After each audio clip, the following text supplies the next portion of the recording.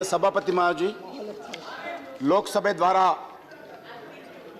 पारित government of national capital territory of Delhi amendment bill 2020 पर चर्चा करते हुए इस सदन के कई माननीय सदस्य अपना विचार रखे हैं। लगभग 17 सदस्य इस चर्चा में भाग लिया है। मैं अध्यक्ष जी,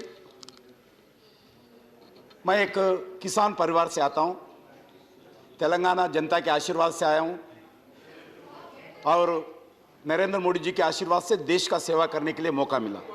मगर मैं दक्षिण भारत से आता हूं, हिंदी में बोलने के लिए प्रयास करूंगा, कुछ हिंदी में बोलने का प्रयास करूंगा। अध्यक्ष महोदय, जैसा कि आपके माध्यम से मैं पहले ही सदन को अवगत करा हूं, 1991 में संसद ने 69th कॉन्स्टिट्यूशनल अमेंडमेंट के द्वारा संविधान के 2 नया आर्टिकल 239A और आर्टिकल 239A भी लाए गए हैं। अध्यक्ष जी, महामहिम राष्ट्रपति महोदय से दिल्ली एडमिनिस्ट्रेटर को संविधान के आर्टिकल 239A के द्वारा नियुक्त करते हैं। दिल्ली की विधानसभा का कामकाज और लेफ्टिनेंट गवर्नर और मंत्रिपरिषद का अधिकारियों के बारे में भी उस बिल में, उस एक्ट में क्लियरली बताए गए हैं। अभी GNCTD एक्ट 1991 की सेक्शन 44 के द्वारा की गई अधिकारियों के तहत भारत राष्ट्रपति जी ने GNCTD allocation of business rules 1993 और ट्रांजैक्शन बिजनेस GNCTD रूल्स 1993 की इश्यू की है। संविधान के आर्टिकल 239A के क्लास 4 के अंदर प्रवेशों के अनुसार इस लेफ्टिनेंट गवर्नर का कर्तव्य है कि किसी विषय पर दिल्ली सरकार का मंत्रिपरिषद के साथ उनका कोई अलग राय है तो सो भी सुनना पड़ेगा। अगर दिल्ली मंत्रिपरिषद का निर्णय हो, कोई विषय पर अलग राय है तो लेफ्टिनेंट गवर्नर का कोई अधिकार नहीं है, सीधा सीधा प्रेसिडेंट ऑफ इंडिया, महामहिम प्रेसिडेंट ऑफ इंडिया को रिफर करते हैं, ये रिफर करते हैं। इसलिए ये दिल्ली का जो लेफ्टिनेंट गवर्नर है ओरिजिनली वो एडमिनिस्ट्रेटर है। देश में 3 तरह का एडमिनिस्ट्रेशन लेजिस्लेशन चलते हैं। एक full fledged governments, UP, AP, HP, MP, Maharashtra जैसे बड़ा स्टेट्स हो, उसका एक गवर्नर एडमिनिस्ट्रेशन चलते हैं और फुल पेड्ज्ड असेंबली रहते हैं। दूसरा अंडमान निकोबार, लक्षद्वीप, चंडीगढ़ जैसे यूटीस है। तीसरा limited powers, with limited powers legislative assembly के साथ यूनियन टेरिटरी है, उसमें एक दिल्ली में भी है। इसलिए दिल्ली एक स्टेट है, पूरा अधिकार उसके साथ है, क्योंकि ये 1991 में जो बिल बनाया भारतीय जनता पार्टी सरकार, मोदी सरकार नहीं बनाया, कांग्रेस पार्टी ने बनाया। उनने कितना अधिकार उनको दिया है, एक अधिकार भी ये अमेंडमेंट के द्वारा मोदी सरकार नहीं लेना चाहते हैं। दिल्ली जनता को मैं विश्वास दिलाना चाहता हूं, दिल्ली जनता को विश्वास दिलाना चाहता हूं। जो सवाल आप उठाए, आप सुनिए, एक एक सवाल का जवाब देने को तैयार हूं, एक एक सवाल का जवाब देने को तैयार हूं, क्योंकि बड़े बड़े आप लोग बुद्धिमान हैं, इसलिए थोड़ा बोलने में प्रॉब्लम होगा, मगर पूरा जवाब देने को तैयार हूं। अध्यक्ष जी, आज मैं बताना चाहता हूं, दिल्ली एक यूनियन टेरिटरी है with legislative assembly having limited legislative powers. Delhi is not a full fledged state. ये सभी लोग, सभी दलों से मैं अनुरोध करना चाहता हूं, Delhi not a full fledged state, पूरा अधिकार उनको नहीं है। एडमिनिस्ट्रेटर है, उनका नाम है LG। दिल्ली को एडमिनिस्ट्रेटर राष्ट्रपति के द्वारा, उस कानून के द्वारा नियुक्त होता है राष्ट्रपति। उनको लेजिस्लेटर एलजी नाम पर बुलाते हैं, मगर वो एडमिनिस्ट्रेटर है। Delhi is a administrator appointed by the President of India under Article 239 and designated Lieutenant Governor under Article 239 AA of the Constitution of India. Executive powers of the Lieutenant Governor are different from the powers of the Governor of the states. Lieutenant Governor can refer matters wherever he disagrees with the views of the Council of Ministers to the President of India as per the Article 239 AA4 by Constitution. Delhi Assembly can make laws on all subjects in the state list and the concurrent list except public order, police and land. Powers of the government in city of Delhi as provided in the Constitution of India and the GNCTD Act 1991. Nothing is being attempted through this bill, today's bill, which is not as per the Constitution. हम constitution के खिलाफ नहीं तो GNCTD Act 1991 के खिलाफ एक line भी नहीं है। मैं पूरा उदाहरण के साथ बताने वाला हूं। The proposed bill does not curtail in any manner any of the power enjoying the government of NCT Delhi, which is already provided in the Constitution of India. Constitution के द्वारा जो अधिकार दिल्ली सरकार को है, एक अधिकार भी भारतीय जनता पार्टी सरकार, मोदी सरकार नहीं ले रही है। The bill is not providing any amendment to the Constitution of India. ये कॉन्स्टिट्यूशन का भी कोई अमेंडमेंट नहीं कर रहे हैं।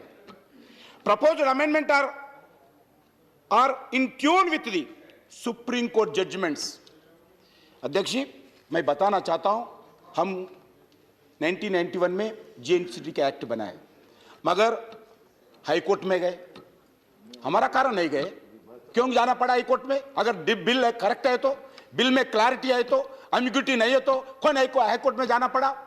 कौन सुप्रीम कोर्ट डिवीजन बेंच में जाना पड़ा? सुप्रीम कोर्ट का कॉन्स्टिट्यूशन बेंच के सामने क्यों जाना पड़ा? ये मोदी सरकार का कारण नहीं है ना। क्यों ये? क्योंकि ये बिल में कुछ प्रॉब्लम्स है, क्लैरिटी नहीं है, इस बिल में एम्बिग्यूटी है। इसके कारण अलग अलग चर्चा हो रहे, अलग अलग फोरम के ऊपर चर्चा हो रहे, हाई कोर्ट में, सुप्रीम कोर्ट में, दिल्ली सरकार में, अलग अलग विषय पर चर्चा हो रही। क्योंकि ये बिल बनाया संसद, हमने बनाया। ये बिल बनाया, संसद बनाने के बाद ये बाहर चर्चा हो रहे, कोर्ट में जा रहे, हम खाली स्पेक्टेटर के जैसे नहीं बैठते। ये जिम्मेदारी बनता है संसद का, जिम्मेदारी बनता है अपना सांसदों का। अपना जो बिल बनाया उसके ऊपर हाई कोर्ट में चर्चा हो रहे, सुनाई हो रहे, जजमेंट हो रहे, सुप्रीम कोर्ट डिवीजन बेंच में जा रहे, सुप्रीम कोर्ट में कॉन्स्टिट्यूशन बेंच में जा रहे। हमारा कोई संबंध नहीं है, हम बिल बनाए, जो कहे बाहर कर लो। ऐसा नहीं हो सकता है। हम नरेंद्र मोदी सरकार ऐसा बांटने वाला सरकार नहीं है। हमारा जिम्मेदारी बनता है, इसको क्लैरिटी देना जिम्मेदारी बनता है। अध्यक्ष जी, nothing is being added in the GNCTD Act which is contrary to the constitutional framework of the governance provided by the respect of the Union Territory of Delhi as per Article 239 AA and Article 239 AB. The bill is proposes 4 amendments in the GNCTD Act. अभी सब लोग उसके बारे में बताए। देख जी, amendment section 21 aims to clarify that the terms of government wherever the appears in the law made by the legislative assembly. अध्यक्ष जी, मैं बताना चाहता हूं दिल्ली सरकार लगातार इसी विषय पर चर्चा कर रहे। मैं ये दिल्ली गवर्नमेंट का ये passed by legislative assembly national capital of territory of Delhi 24th June 2015, the Delhi Netaji Subhash University of Technology Bill 2015. इसमें क्या लिखा है? गवर्नमेंट मीन्स, जो सभी लोग सुनना पड़ेगा, government means lieutenant governor of the National Capital of Territory of Delhi appointed by the president under Article 239 designated as a such under Article 239A of the Constitution. ये दिल्ली सरकार ऑलरेडी 2015 में ये मानते हैं, ये दिल्ली सरकार बोले तो lieutenant governor appointed by the president of India. ये हम नहीं लगाया, मोदी सरकार नहीं लाया है, ये कांग्रेस पार्टी का जमाने में लाया है, उसको दिल्ली सरकार ने प्रिंट किया है। ये कौन लाया? ये इससे ये सब लोग सुनना पड़ेगा। मैं अध्यक्ष जी, मैं आपके पास भी देता हूं ये ऑर्डर, ये गवर्नमेंट का ऑर्डर।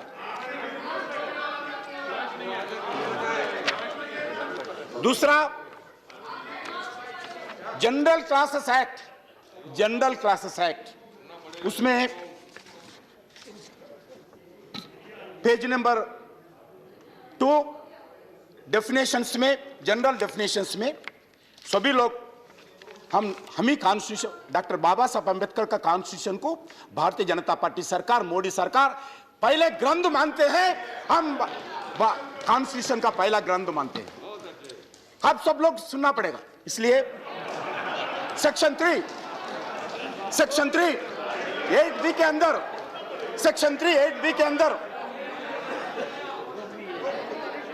8B अंदर सेंट्रल गवर्नमेंट, जनरल क्लासेस के अंदर सेंट्रल गवर्नमेंट बोलो मीन्स, सेक्शन 3 8B के अंदर means central government shall means the president.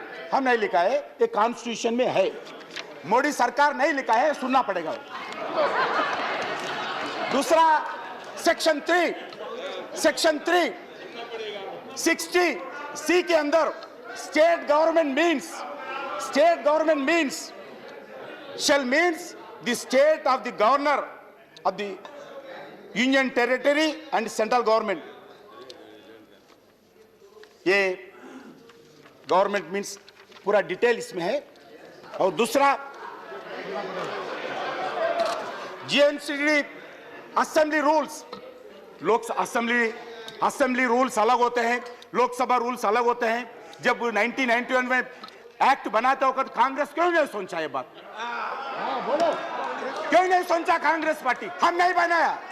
This is the government of national capital territory of Delhi act 1991। इसमें सेक्शन 18 के अंदर power privileges except of the members, सुनिए, power privileges sector GNCD assembly rules में 2 जनवरी 1992 में इस rules को घोषणा किया है, बनाए। उसमें सेक्शन 18 के अंदर पावर प्रिविलेजेस एक्सेप्ट अंदर पॉइंट 3 के अंदर, पॉइंट 3 के अंदर in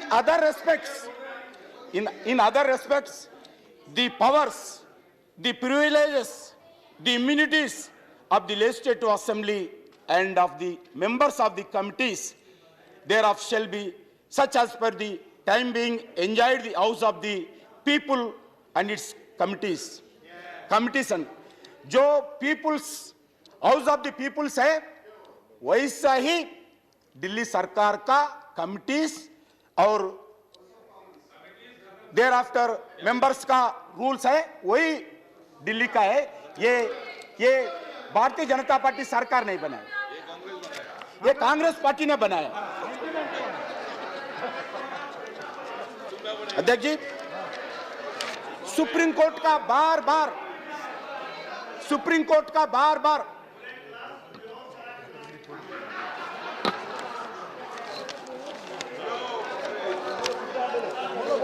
बोलो डेबोरा ओबराय जी, माननीय सदस्य, आपके द्वारा डेबोरा ओबराय जी को मैं रिक्वेस्ट करता हूं, बार बार बैठे थे, उनका पार्टी का जो, कृपया सबसे आग्रह है मेरा, बैठकर ना बोले। अध्यक्ष जी डिस्टर्ब नहीं करना चाहिए, आपको मेरा संरक्षण चाहिए।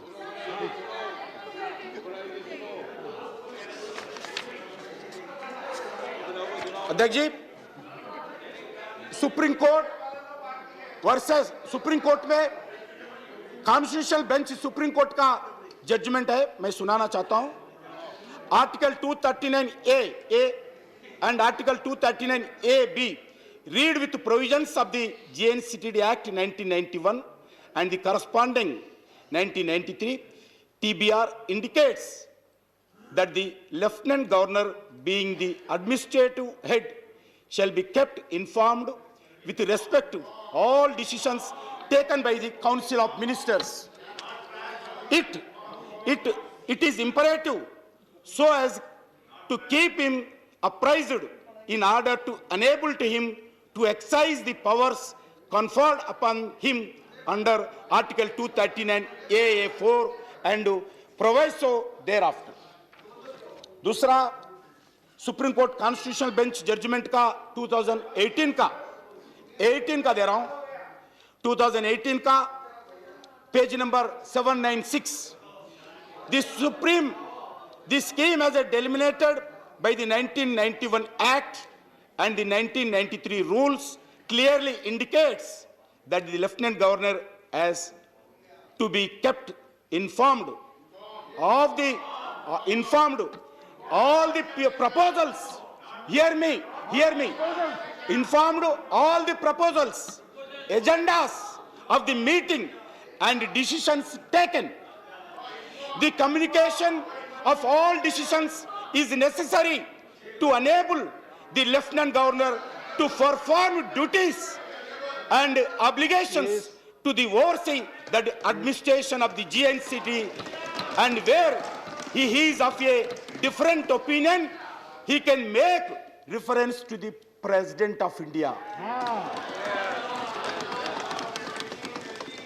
सुप्रीम कोर्ट ने कॉन्स्टिट्यूशनल बेंच ने जजमेंट है क्या बताया, इंफॉर्मेशन देना है, डिसीजन से पहले देना है, एजेंडा बताना है, उसके बाद कोई डिस्प्यूट है तो प्रपोजल्स भी, अगर कोई डिस्प्यूट है तो वो lieutenant governor president of India को भेज सकते हैं. दूसरा और एक जजमेंट सुप्रीम कोर्ट का और एक बताना चाहता हूं, वेयर ये पेज नंबर 378 में state of NCT Delhi versus union of India, where lieutenant governor differs with his ministers, lieutenant governor is supposed to refer the matters of the president for decision and act according to the decision given thereon by the President. Means that the Council of Ministers is supposed to convey its decisions to the Lieutenant Governor to enable the Lieutenant Governor to be from his views. Thereafter, the decision cannot be implemented without referring the same to the Lieutenant Governor in the first instance. The decision here touches upon the government of UT. अध्यक्ष जी, ये supreme court का judgement भी बीच में गलत तरीके से बताने के लिए प्रयास किया है, मैं इसमें भी बताना चाहता हूं.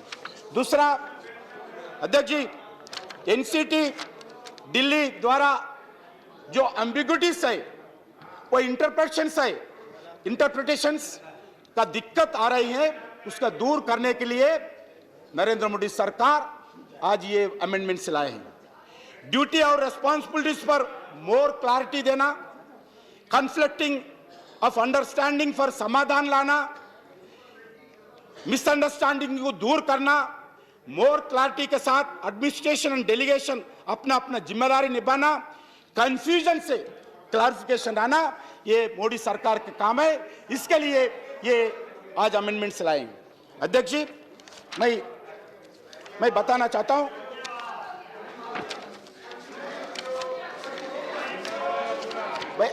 बहुत बाकी है आपका अभी.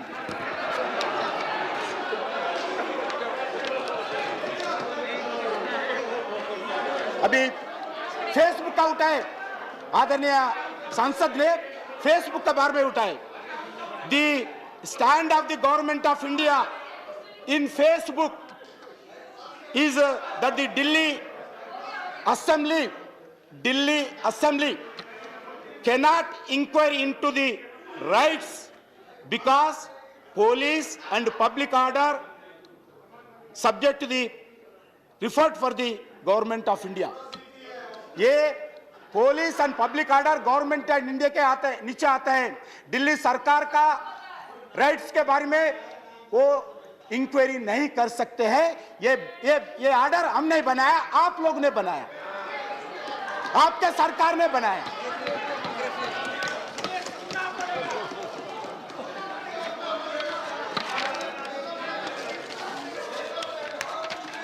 अध्यक्ष जी, अभी आप प्रजातंत्र के बारे में जीएनसीटी एक्ट 1991 संसद के द्वारा आप संरक्षण देना सर। मेरा सबसे मैं आग्रह प्लीज 2 साल भी नहीं हुआ संसद बन के, विचार रखें। 2 साल भी नहीं हुआ संसद बन के मेरे को संरक्षण देना चाहिए। The proposed amendments in the act shall create a sound governance mechanism in the NCT of Delhi, National Capital Territory of Delhi, which will improve equity and inclusiveness. And the amendments proposals will lead the transparency and clarity in the governance in the NCT of Delhi and thus enhance public accountability. अध्यक्ष जी, मैं प्रजातंत्र के बारे में सभी विपक्ष माननीय सदस्य ने ये प्रजातंत्र के बारे में बहुत कुछ बोला है।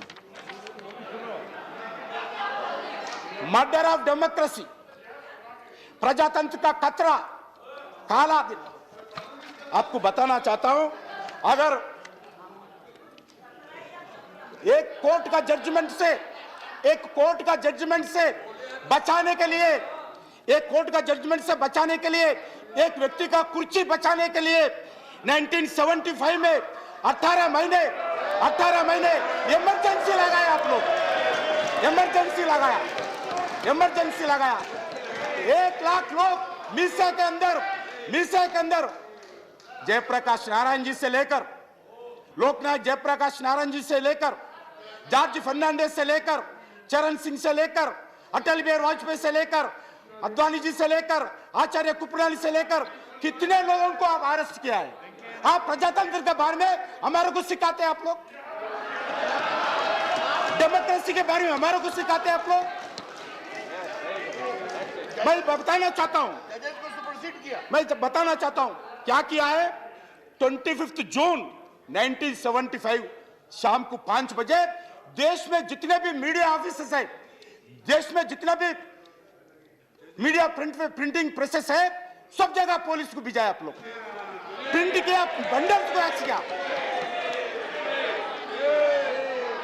सेंसरशिप लगाया, प्रेस सेंसरशिप इंपोज किया है। Darkest era of Indian history Congress के जमाने में 1975 में आप किया है।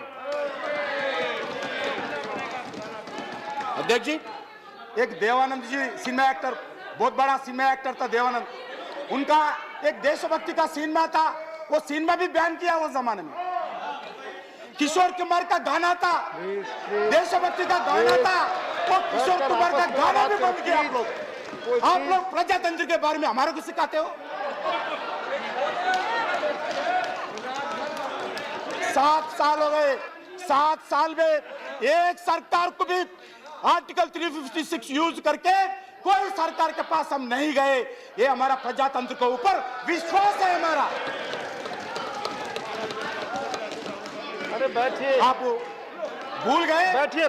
तेलुगुदेशम पार्टी एनटी रामाराव का सरकार, एनटी रामाराव को आर्टिकल 356 यूज करके, बैठिए, मैं मान्य आर्टिकल 356 यूज करके हमारे तेलुगुदेशम सरकार को आंध्र प्रदेश में कैसा बरतरफ करके अब तक खिलौना सरकार लाने के लिए प्रयास किया है। जब आंध्र प्रदेश के जनता जब रिवोल्ट होकर आंदोलन किए तो फिर हमारे एनटी रामाराव को कुर्सी में बिठाना पड़ा। ये आप लोग प्रजातंत्र को हमारे को सिखाते हो।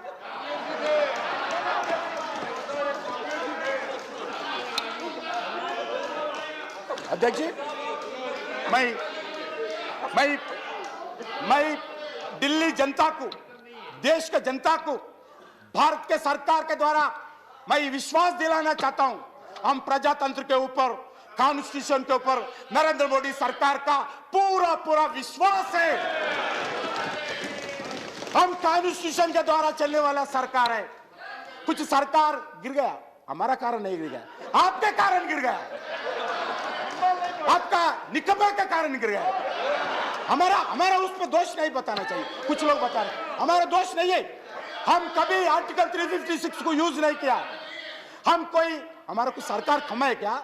बहुत कुछ देश का जनता हमारे हाथ में बहुत कुछ सरकार दिया है। केंद्र सरकार हमारे हाथ में, देश का जनता सेवा करने के लिए हम आ रहे। दिल्ली सरकार को कोई हम प्रॉब्लम करने का नहीं आया, कोई समस्या लाने के लिए नहीं आया। इसलिए मैं आप लोगों से अनुरोध करूंगा, ये बिल ओनली जो एम्बिग्युइटीज है उसको दूर करने के लिए ये बिल लाए, मगर कोई सरकार के ऊपर कोई जोर जबरदस्ती से हम सत्ता चलाने के लिए हम नहीं लाए। इसलिए मैं इस सबसे कुछ लोग मेरे को प्रश्न करके बाहर चले गए, मैं जवाब देने के लिए तैयार। फिर भी मैं आप लोगों से अनुरोध करता हूं, जो 1991 में जो बिल बनाया उसमें जो एम्बिग्युइटीज था उसके क्लियर करने के लिए, एम्बिग्युइटीज को दूर करने के लिए सुप्रीम कोर्ट जजमेंट में जो कहा है उसमें स्पिरिट लेते हुए ये अमेंडमेंट्स लाए हैं। इसलिए मैं आप लोगों से प्रार्थना करता हूं, आप लोग समर्थन करिए, यूनानिमसली समर्थन करिए। इसमें कोई राजनीतिक दृष्टिकोण नहीं है, सिर्फ टेक्निकल विषय पर ये बिल लाए हैं। आप लोगों से मैं प्रार्थना करता हूं। जय हिंद, जय भारत।